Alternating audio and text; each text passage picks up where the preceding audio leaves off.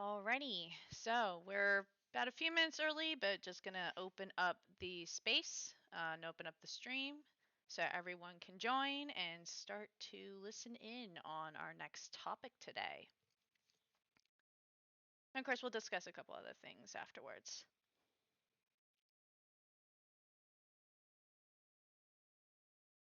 Give it 1 minute. We'll start at 12:54, even though I said 1 o'clock.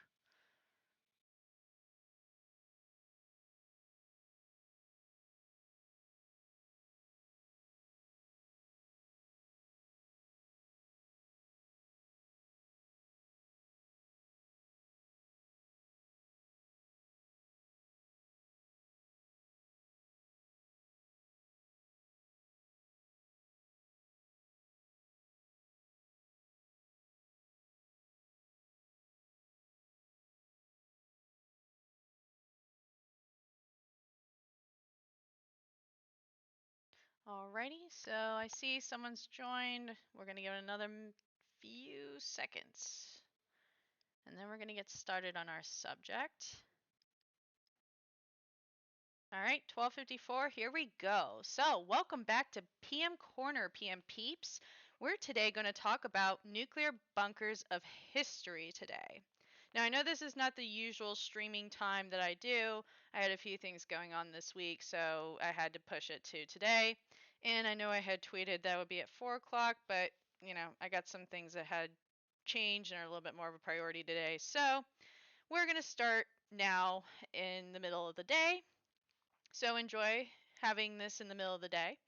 And so, of course, I would like to say, as always, if you like the content of this channel, please follow, subscribe, and keep in the loop of what's going on Twitter, TikTok, YouTube, Patreon, or Twitch. So that way you can constantly be up to date on the materials. As always, I post every 2 weeks, usually on Thursdays at 8:30 is the streams, and then I post right after onto YouTube. Usually my videos, like clips of it, doesn't show up on TikTok till maybe the next day or two. And also, if you're interested in supporting this channel, you can donate via PayPal or join Patreon, where you can get all kinds of additional perks, such as my scripts, these slides, and you get to know ahead of time what the subject will be versus waiting until now. So, with that said, we're going to go ahead and get started. Now, just give me 1 second.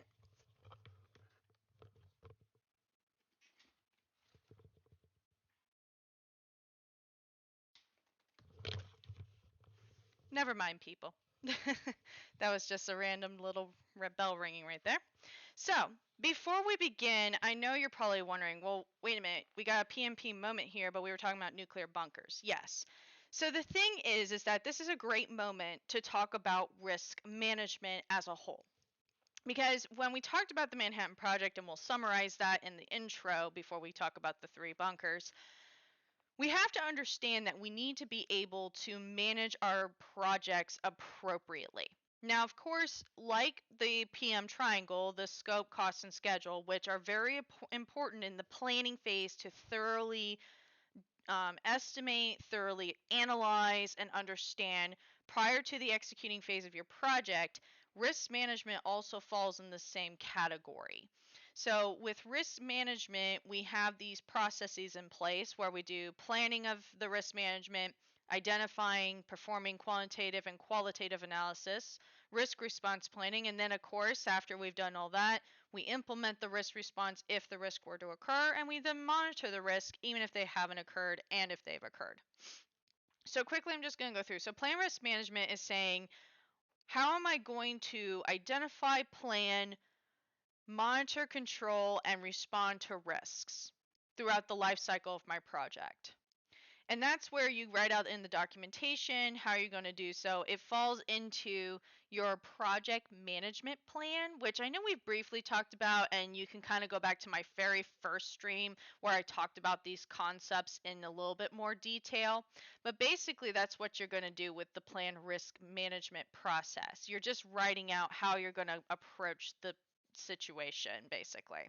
So then, of course, once you've written out the plan, you then identify your risks. So this is where you start to collect and understand what are potential risks. Now, at this point, You're not prioritizing yet. You're just trying to understand what are your potential risks for the entirety of the project, all the way through from beginning to end. Then once you've identified all your risks, then you start to perform qualitative and quantitative risk analysis. Now, qualitative and quantitative risk analysis are important because you can't have one without the other, basically. So, qualitative risk analysis is a subjective analysis, meaning that you're kind of going based off your feelings a little bit. In the PMP project management world, we tend to call it tacit knowledge, where tacit knowledge is the emotional experience that a professional has endured in previous projects or in their career. That's tacit knowledge. So, qualitative risk analysis just looks at tacit knowledge and it's very subjective. Whereas quantitative risk analysis then takes the ones that you looked at from a subjective lens and then proceeds to look at it from a more black and white data analytical lens. So not only are you talking to then your SMEs to understand how they did it, so it's not the experience anymore, no longer about the emotional experience. It's about hard cold factual data. And so that helps you then be able to prioritize the risks that are of high importance that do have an impact on your project versus the ones where not so much. They don't really cause a whole lot of issues, and you can kind of do one of the other mitigation responses, like you can transfer it, you could just accept it because it's not really that huge of an impact. It just depends on the risk itself. So then once you've prioritized your risks, you then do what is called plan risk response. Now, plan risk response is where we're saying, okay, so now we know what these risks are.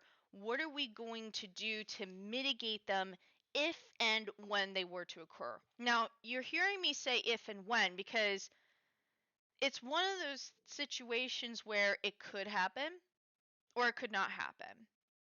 But as long as you've identified it, you at least have it in the forefront of knowing that this could potentially happen. Some risks can be mitigated through just the work alone, and that just depends. So for example, if you got major security risks because your software system's really out of date, well, just upgrading it already mitigates the risk. It doesn't eliminate it, but it mitigates it.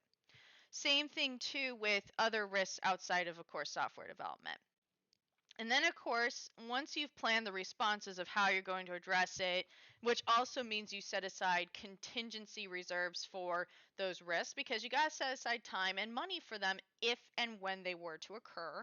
So then that way you're not throwing your whole project out of budget and out of whack in the schedule. And then, of course, once you do that, technically monitoring risk should kind of be before implementing risk response, but implement risk response is in the executing phase, which is before monitoring and controlling. But again, monitoring, controlling, and executing are like paternal twins. They happen at the same time, but they just do different things. So as you proceed through the project, you're constantly monitoring them. You're constantly making sure that nothing has changed or maybe they don't increase in terms of a higher priority, or that over time, again, as you're addressing it through doing the work for the project, you eventually, mitigate it to where it's no longer an issue or a risk. But then, of course, if a risk were to happen, you implement the risk response and you do what you need to do per your mitigation plan, utilizing the contingency reserves, utilizing for the schedule and the cost, and you try to also do your best to mitigate it and control it. Of course, there's plenty of other examples of where they really didn't do a good job. One of those is obviously I think it's 2013 Target data breach. That's an example of very poor risk management, very poor mitigation of what to do and how to address the issues that they were having. But then again, too, they had a lot of issues, anyways, outside of just mitigating risks. So why am I going over the risk management process in regards to nuclear bunkers? So, and this is a great moment to go into the introduction. So if you were already participating and you were in on the last stream where we talked about the Manhattan Project, One of the key moments about the Manhattan Project that stood out to me, and it's why it prompted me to want to briefly discuss the risk management process, is that they really had no idea the consequences of what would occur if they dropped the bomb. And it was especially notated when they did the Trinity test. And in fact, even they were even taking bets. Like, oh, I'm going to bet you $10 of this. Trying to ease their tension of what could happen, because really either one or two things was going to happen. Either the bomb was just going to affect a very tiny area, or you destroyed all of humanity. Quite a huge 50-50 risk. So it was one of those things that it really makes you have to think about considering as much of the possibilities as possible, especially as a project manager. Now, speaking of the Manhattan Project, basically, this wasn't a project that was an effort during World War II. It was a major scientific breakthrough for chain reactions, the atomic bombs. Of course, this also happened to be the result of the bombings of Nagasaki and Hiroshima due to the fact that we were in conflict with Japan. And so, this is where we have a bomb now. And the United States, when I was researching this, was briefly the leader in nuclear technology for a very brief time. And I'm saying that very briefly because people, other countries started catching up, including Russia, obviously, which is why we get the Cold War. You also got the Cuban Missile Crisis. You have all these other events that occur in the 50s. But we're not going to get too much into that history, but we're going to talk about three different bunkers that had occurred in these time frames, especially with the nuclear bomb being discovered. The first is Project Greek Island. The second is Bunker 42. And then the last one, which actually I think is quite a noble beginning, and then it kind of turned into a bunker later, is the Hospital in the Rocks of Budapest, Hungary. But before I begin in talking about these bunkers, does anyone have any questions for me before I go? No? Okay. So we're going to go ahead and get started. So as I said, our first bunker is Project Greek Island. Now, before I even get into details, I'm going to tell you it's quite difficult to find any information on these bunkers, which, no surprise, it's these governments are creating nuclear bunkers so that they don't get affected and they can bring the world back when everything, falls out afterwards, I guess. But even the Hospital in the Rocks, it was very difficult to find anything about its bunker um, build after being a hospital. So it was very interesting.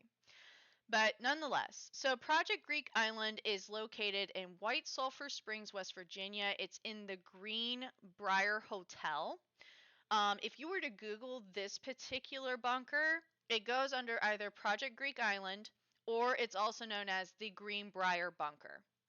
This bunker was meant for the United States Congress. So, and of course, it was kept secret for like over 30 years or more, until I think it was the Washington Post that exposed that the U.S. Congress had decided to create a bunker in West Virginia, which it housed a lot of people.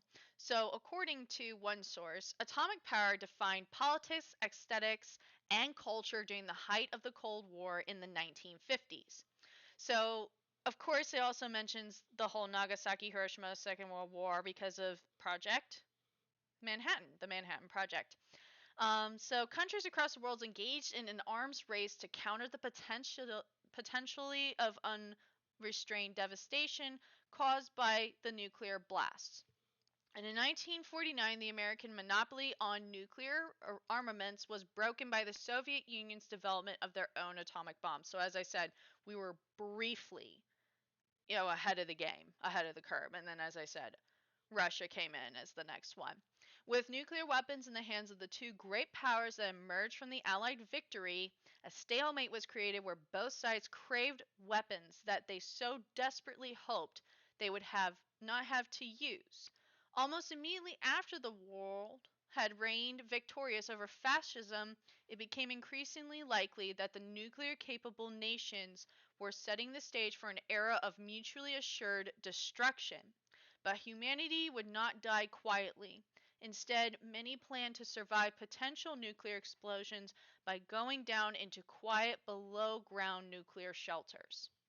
And this is where Project Greek Island in the late 1950s, during the President Dwight Eisenhower's presidency, he was worried about what would happen to America if we were to be attacked by a nuclear bomb and have nuclear fallout, and what would happen in the aftermath for America.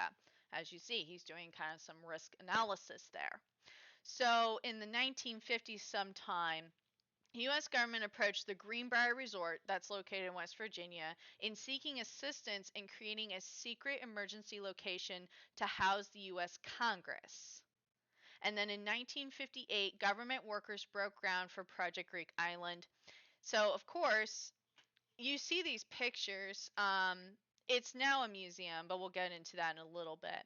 So it's a 100-foot radio tower was installed 4.5 miles away from the broadcast system, and the largest room is the exhibit hall.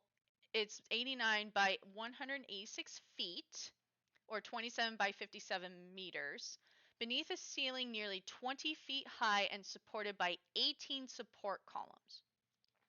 And then adjoining it are two smaller auditoriums, one seating about 470 people, big enough to host the 435 member House of Representatives, and the smaller with a seating capacity of 130, suitable as a temporary Senate chamber.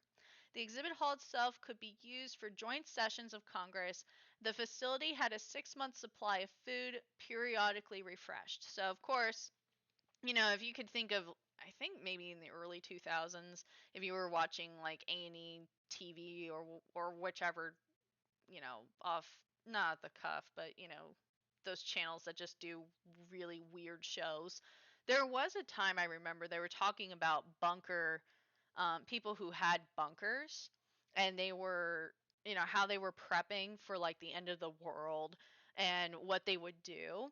So Congress was already ahead of this in that regard of the nuclear fallout, which I just started thinking of the video game Fallout itself, which I know a lot of people are probably excited over hearing about some of these bunkers, because I think some of these are mentioned in that game, but don't quote me on that one.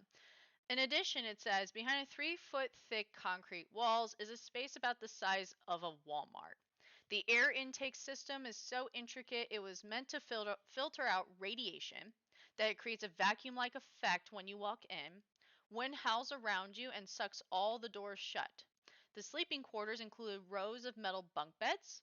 All they had for private items that you could lock up were in a small drawer right beneath the beds. You could put your personal items in here. For 30 years, every one of these 1,100 beds was assigned to somebody. So imagine, for the amount of time that this was a secret, every person that was in Congress and the House of Representatives, and even the president, were all assigned a bunk bed. And if something were to occur, they, which, I mean, I don't know how they could escape if, let's say the bombing were to occur in like DC, for example, right? It's interesting what their escape plan was, but of course, again, all this is so secretive. And yeah, you can go today and you can visit this bunker. In fact, though, they com- they before it became a museum, the government did kind of gut this bunker out of all types of machines, you name it. There was all kinds of stuff in there that they just gutted it out. And the hotel tried its best to recreate some of the things that were in there. But of course, there's only so much you can do when it's top secret and it's the government. But it's really fascinating. So that's kind of the description of Project Greek Island. And of course, as I continue on, all these bunkers that I'm going to talk about are now all museum items. You can see them, you can go visit them. Project Greek Island, I think you don't have to reserve for a tour. I don't remember exactly when I was researching, but you can go see this at the Greenbrier Hotel in White Sulphur Springs, West Virginia. So now with that one, we now go from the United States to Moscow, Russia. In Moscow, Russia, we have the Bunker 42. Now, this, of course, was kind of around the time for Stalin. So, located in Moscow, Russia, this bunker was completed in 1956. Designed and built after the first series of nuclear tests by the Soviet Union, these tests reveals that the optimum depth for the bunker silo must be no higher than 165 feet beneath ground in order to survive nuclear fallout intact. The task for the builders was enormous. Construct a gigantic structure beneath the city streets without damaging Moscow's existing infrastructure of streets and communication pathways.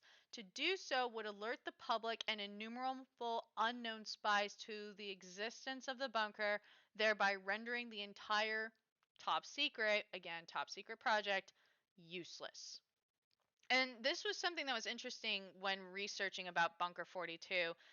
They were literally almost building all kinds of tunnel systems underneath Moscow so that if nuclear fallout were to occur, they were able to get out. And I mean, the the rest of us are kind of fried fish after that. But the governments are safe and sound, hiding underground, ready for it all. And as you can see, these are some of the pictures of Bunker 42.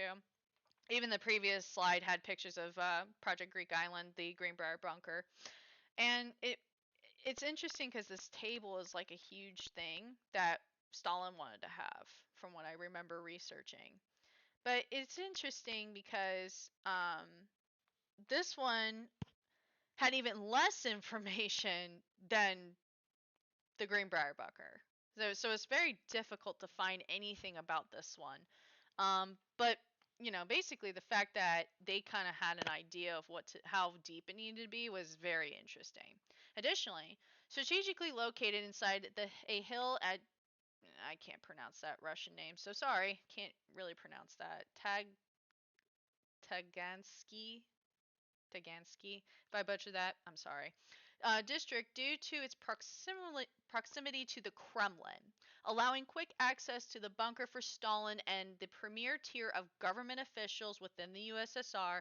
Bunker 42 was thankfully never put into use in its full capacity. Rather, it spent the subsequent 3 decades as an airstrike command base, communicating with aircraft transporting strategic bombers carrying nuclear weapons until the political climate began to shift in 1986. The bunker today is only accessible through a scheduled tour, so you have to schedule a tour for this one. Unlike in the Greenbrier, where I don't remember if you had to or not, but you could go see it. This one you have to schedule a tour for.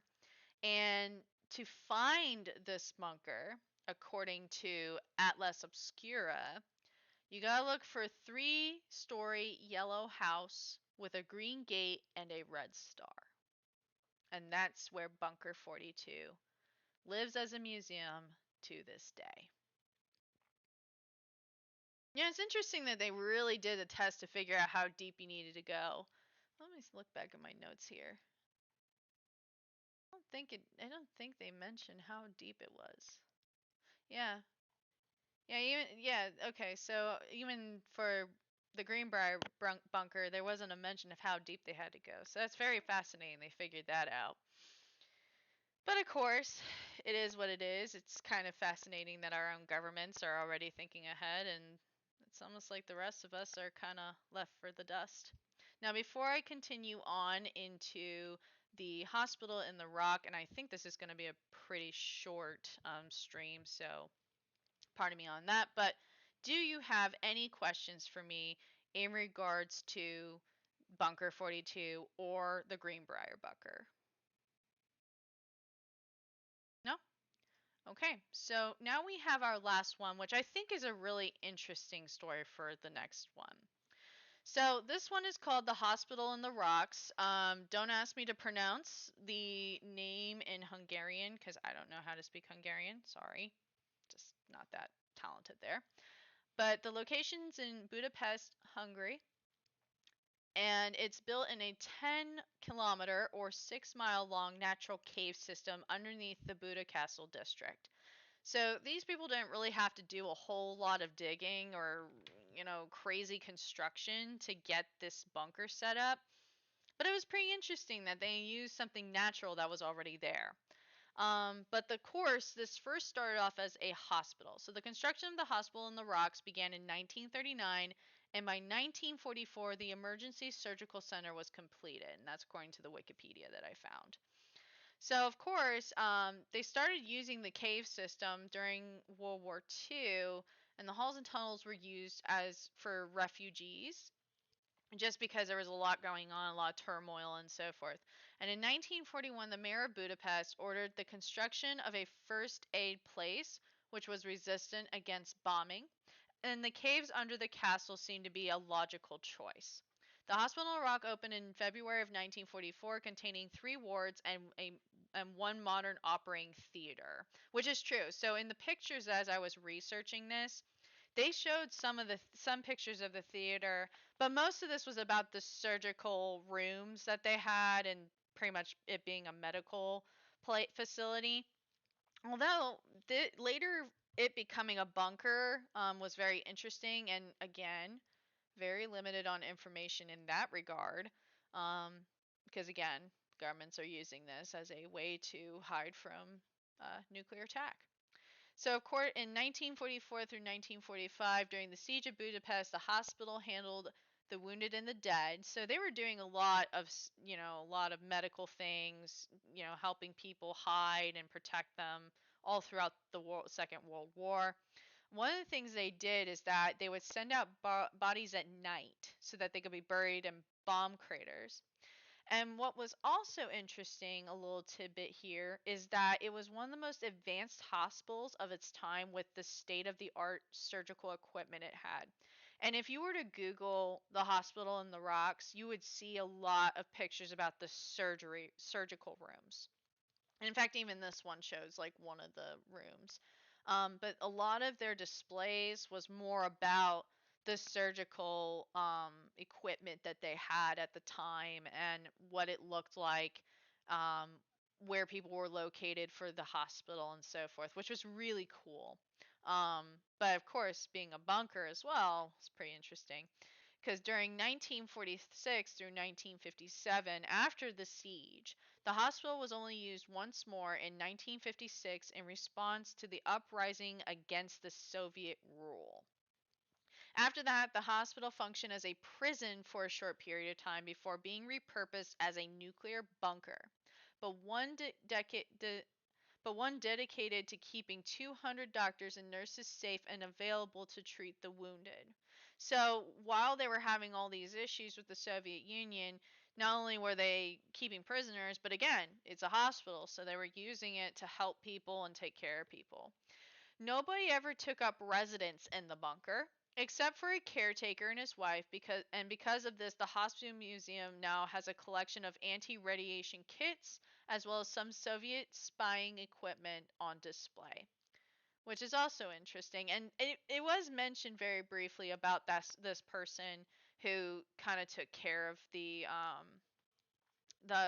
hospital in the rocks and was there and all that. That was interesting, but I don't know, it just didn't have a lot of information about that. So then between 1958 to 1962, the hospital equipment was upgraded to take account of the risk of a chemical or nuclear attack. So a 25 million cubic centimeters water tank was included, as well as a ventilation and poison gas filtering system were installed. Many engineers contributed to the planning and supervision of this upgrade, including Istvan Bakonyi. And pardon me if I don't pronounce that name right, but that's the name of the engineer. You could look it up. Or again, if you subscribe on Patreon, you're able to then, you know, see all my references and go look at it yourself. And then, of course, after that, from 1962 to 2007, the hospital became part of the civil defense infrastructure and was classified as top secret, hence why, again, you can't find any of this information about any of these bunkers. It's just insane, and very difficult and painful. So, of course, again, though, only members of, and this one source mentioned John Hospital, but again, they selected specific nurses, doctors that were assigned as staff to survive the nuclear strike. So if they were to face another, again, a nuclear war or fallout, they would have some kind of medical staff that can help, take care of them and all that stuff. And then, of course, I included in my notes, there's a Sesba family were replaced by the Mohassis family. Again, pardon me in my pronunciation. In 1967, they lived in a lodging in the foreground and maintained the hospital until 2004. And then Mr. Mohassi was a mechanic. He checked the equipment daily and aired the place. And Mrs. Mohassi did the cleaning every second week of 2,400 square meters and made 200 beds. Nobody ventured too close to the hospital, so the maintenance of the civil defense places was handled secretly during the rule of the Hungarian Communist Party. The costs were hidden in the budget of the Johns Hospital, and the members of John Hospital came here for yearly practice until the middle of the 1980s while maintaining secrecy. Because again, they wanted to make sure that that they, not you, but that they had medical staff available for this specific nuclear fallout. And today, after 2004, today, and again, this one you also have to book a tour for. As I was seeing, a lot of the pictures had a lot of tourists in there. So you could see tons of people coming to visit this particular bunker in Budapest, which is really fascinating. And the way they had it set up too, they had like life mannequins in there, so you can kind of see how people would have worked there and how what they would have done and so forth. And it's just very fascinating to see that three governments had conducted some kind of risk assessment with all this nuclear bombs being discovered and created and actually utilized. But it makes me think about, and it kind of hit me after I talked about the Manhattan Project. This is not in my script, so I'm kind of going off script for a minute. It reminded me of the quote from Jurassic Park that no one, when people were too busy thinking about if they could, they never stopped to think if they should. And it kind of makes you, it gets the noggin jogging a little bit about what is it that we could have done differently.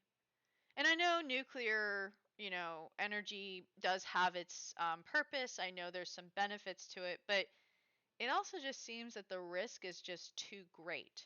Because as a project manager, you really need to have a heavy consideration about certain types of risks. And a risk such as this one, where you can have severe devastation. I mean, I think even still to this day, um,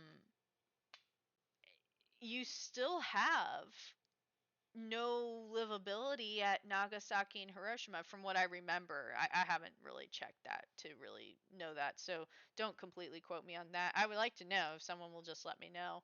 Um, it's still unlivable to this day.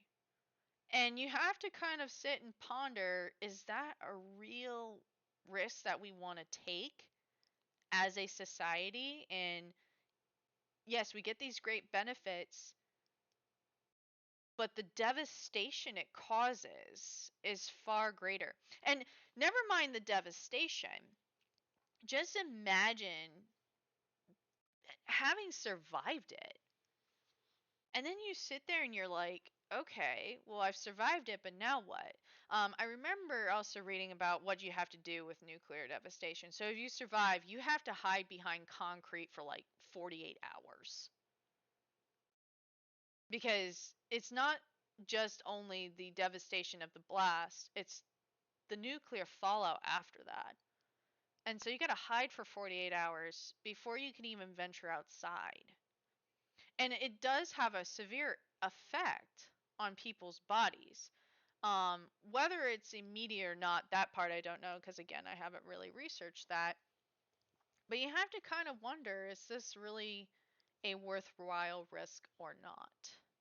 I'm just going to show the references here. And again, you can screenshot them, take a look at them yourself, whatever the case may be.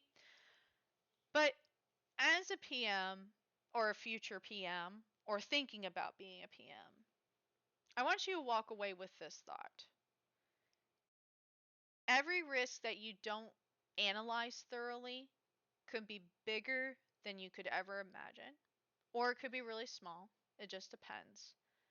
But it is of the utmost due diligence of PMs to always identify, analyze, and maintain and monitor risks as much as possible so that you avoid any issues.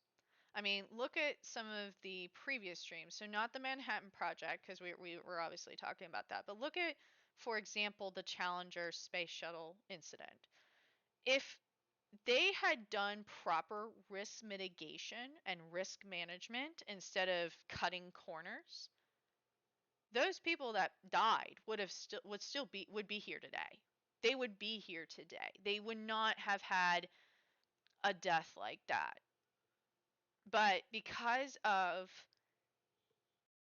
poor project management, um, very demanding client, the typical government, I want it done yesterday and it should have been done yesterday, so where is it mentality, costs lives. And imagine that that's just NASA. Then look at the FBI virtual case files. They weren't thinking about, we really need to get upgrading of our system so we can avoid tragic catastrophes like 9/11. If the FBI was far more up to snuff with their systems, we would have been able to potentially avoid 9/11. But again, poor project management, poor management in general, and again, the typical mindset of, I wanted it done yesterday, why isn't it done? And we're going to push and then create a mediocre system that costs lives because instead of thinking of staying with the business value and making sure you do your due diligence at every step of the way for something like that, they're cutting corners. And as you saw, even at the end of the FBI virtual case files, they had to pretty much cancel the first one and create Sentinel. And even Sentinel was over budget and late. So you kind of have to wonder if sometimes people don't keep in mind the business value and also keep in mind of why they're doing things. And you're going to see that in your career or when you start your career, or if you're potentially thinking about it, that's something you're going to see a lot. Do people really think about that? And I hope that from learning from about the bunkers, it is important to think about things and be prepared.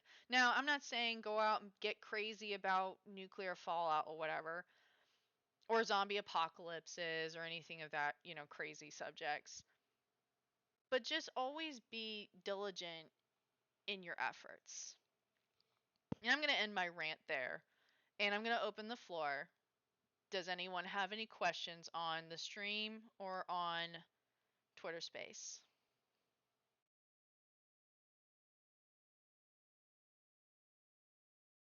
Okay. Well, I know this was kind of short, not usually my typical stream. Usually those last over about of an hour, but it's quick, easy, to the point, and it's a great subject. As you see, this is my reference. Again, if you like what you see, feel free to subscribe on all the social media accounts. That's Twitter, Twitch, Patreon, TikTok, and Yeah, Twitter, Twitch, Patreon, TikTok. And if you like what you like, if you like what you see as well, feel free to donate to either via PayPal or just subscribe on Patreon and get all the extra perks you get. And with that said, I hope you have a great Friday. Thanks for joining again, PM Peeps, and I will see you in the next stream.